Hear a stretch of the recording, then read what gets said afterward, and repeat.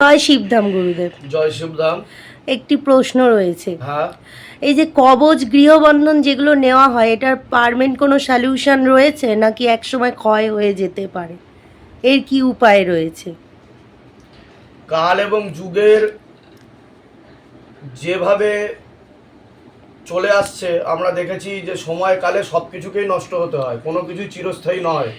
আর পরিবর্তনই সংসারের নিয়ম, এটা সকলেই জানে।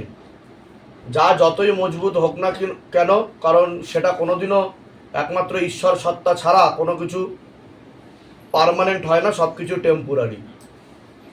তবে গৃহবন্ধন কী জন্য দেওয়া হয়েছে এর আগেও আমি বলেছিলাম যে আমাদের যে স্থূল জগৎ আছে বা ম্যাটেরিয়ালিস্টিক যে ওয়ার্ল্ড যাকে বলা হয়, সেখানে যেমন প্রত্যেক ঘরে আমরা তালা চাবি মারি। কেন মারি? তার কারণ যাতে চুরি না হয়ে যায়, যাতে আমাদের বাড়ি থেকে জিনিস অন্যত্র চলে না যায়, তা সংরক্ষণের জন্য। ইভেন আমাদের বাইকে লক থাকে, গাড়িতে লক থাকে, সমস্ত জায়গায় লক থাকে। আমরা জানি চুরি হবে না, তাও কিন্তু আমরা সেটাকে লক করে রাখি। কেন রাখি? তার কারণ চুরি হতেও তো পারে। সে কারণের জন্য আমাদের এক সূক্ষ্ম জগৎ আছে, সেই সূক্ষ্ম জগতেও কিন্তু আমাদের তালাচাবি মারা উচিত। আমাদের যে শরীর আছে, তিনটে শরীর নিয়ে আমাদের শরীর তৈরি। একটা হচ্ছে স্থূল শরীর, একটা হচ্ছে সূক্ষ্ম শরীর, একটা হচ্ছে কারণ শরীর। তো সূক্ষ্ম জগতের যাহা কিছু সমস্যা উৎপন্ন হয় তা কিন্তু আমাদের স্থূল জগৎকেও এবং স্থূল শরীরকেও প্রভাবিত করে। তো সে কারণে আমরা কবচের আবিষ্কার করা হয়েছে ধাম থেকে। এটা সবাই জানে, অষ্টধাতুর কবচ, যেখানে 8টা ধাতুকে প্রয়োগ করা হয় এবং এতে শক্তি জাগরণও করা হয়। এবং তার পাশাপাশি গৃহবন্ধন, লক্ষ্মীবন্ধন, এছাড়া অন্যান্য যে সমস্ত জমি বন্ধন যা কিছু তৈরি হয় তা কিন্তু একটা পার্টিকুলার টাইম পিরিয়ড অবধি কাজ করে।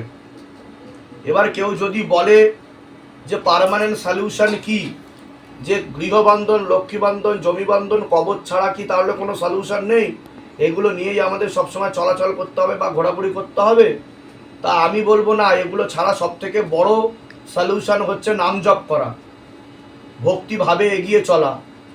তো ভক্তিভাব করার সময় আমাদের কারোর নেই। কেউ কিন্তু ভক্তি করার জন্য শিবধামে আসে না, খুব কম দেখেছি আমি ভক্তি করার জন্য শিবধামে আসতে, বা আমার তো মনেই পড়ে না, খুব হয়তো রেয়ার 2-1 হয়তো, আমার যদি আমি জোর করে মনে করি। তো সবাই তাদের পার্সোনাল সমস্যা নিয়ে আসে, অর্থাৎ স্বার্থ সিদ্ধির উদ্দেশ্যে সবাই আসে। সব কিছুর পিছনে স্বার্থ জড়িয়ে আছে অবশ্যই, কিন্তু যদি আমরা স্বার্থকে দূরে সরিয়ে রেখে আমাদের ঈশ্বর সত্তার সাথে নিজেদের এই যে আধ্যাত্মিক চেতনাকে যদি জুড়ে দিতে পারি, যোগসূত্র তৈরি করে দিতে পারি, তাহলে কিন্তু আমাদের কি হবে, যে তার সাথে একটা যোগাযোগ মাধ্যম তৈরি হবে এবং আমাদের একটা প্রোটেকশন তৈরি হবে। শিবধাম থেকে শিবধাম প্রার্থনা দেওয়া হয়েছে, এটা সব থেকে বড় উপহার, উপঢৌকন। এবং তার পাশাপাশি মহামন্ত্র দেওয়া হয়েছে, গুরু বন্দনা দেওয়া হয়েছে। মহামন্ত্র কি? ওম নমঃ শিবায় শক্তিরূপে গুরুপের আনন্দম নমঃ ওম।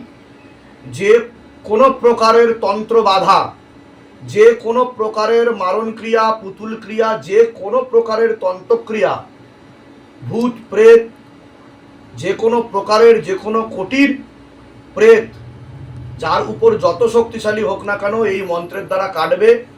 এবং শুধু কাটবেই না,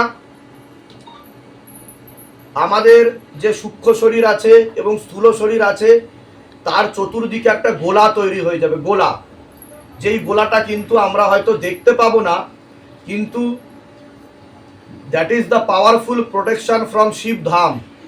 এটা কিন্তু তৈরি হয়ে যাবে, এমনকি পিছনে দূতও দাঁড়িয়ে যাবে।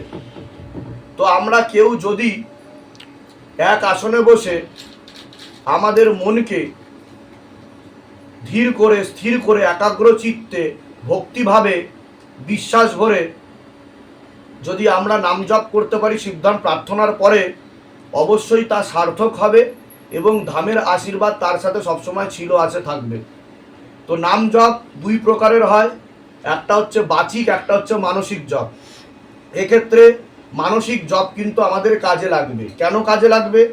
তার কারণ হচ্ছে আমাদের শরীরে অনেক সময় ভূতপ্রেত না থাকলেও, তন্ত্রবাধা না থাকলেও, আমাদের শরীর যেহেতু পঞ্চতত্ত্ব দিয়ে তৈরি, এর মধ্যে জল আছে, মৃত্তিকা আছে, বায়ু আছে, অগ্নি আছে, সবাই জানে।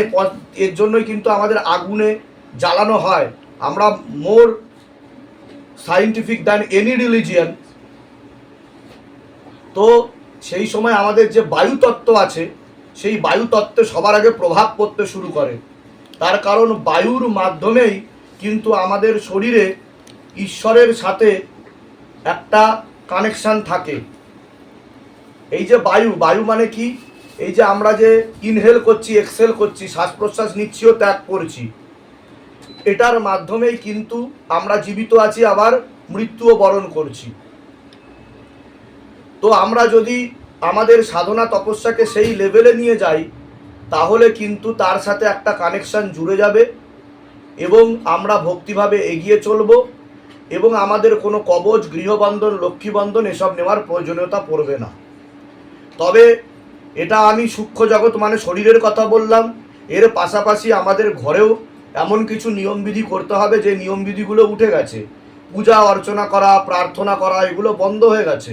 সে কারণেই কিন্তু জমিবন্ধন, গৃহবন্ধন বা দীপদান বিধি যেগুলো বলা হয়েছে, এগুলো কিন্তু সে কারণের জন্যই বলা হয়েছে। এগুলো শুধু বলা হয়েছে না, এগুলো করলে এক জন্মের নয়, কয়েক হাজার জন্মের পাপ ক্ষয় হবে এবং আমরা সুস্থ শরীরে ভালোভাবে আমরা জীবনযাপন করতে পারবো। তো রাস্তা একটাই, নাম জপ করা এবং গুরুর শরণাপন্ন হওয়া।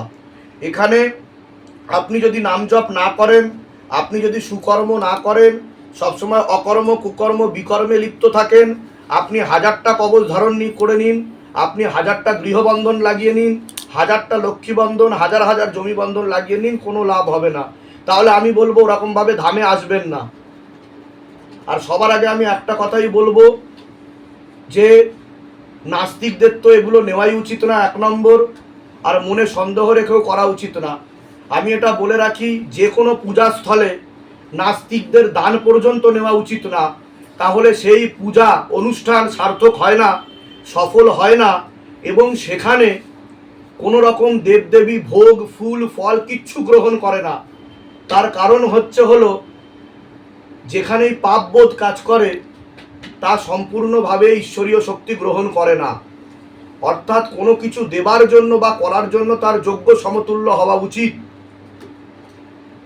তো আপনারা যদি বিশ্বাস করেন তবেই এগুলো করবেন এবং ভক্তিভাবে এগিয়ে চলবেন, না হলে করবেন না। এতে আপনাদের দেবদোষ লাগতে পারে এবং সমস্যা বাড়তে পারে। এর আগে আমি বহুবার বলেছি, মনে সন্দেহ রেখে কাজ করলে কোনো কাজই সার্থক হয় না ও সুসম্পন্ন হয় না। একটা বিশাল বড় জাহাজও একটা সামান্যতম ছিদ্রে ডুবে যেতে পারে। তার কারণ কি? কারণ হচ্ছে একটাই, সেটা হচ্ছে যে আগে নিজেকে ঠিক করতে হবে যে আমি কে এবং ঈশ্বরকে জানার চেষ্টা করতে হবে। তাহলেই কিন্তু আমরা এই ভৌতিক জগৎ থেকে বেরিয়ে আমরা সত্যকে দেখতে পারবো এবং ভালো থাকতে পারবো, ভালো রাখতে পারবো মানুষকে। আশা করছি তুমি তোমার প্রশ্নের উত্তরটা পেয়ে গেছো। হ্যাঁ। জয় শিবধাম। জয় শিবধাম।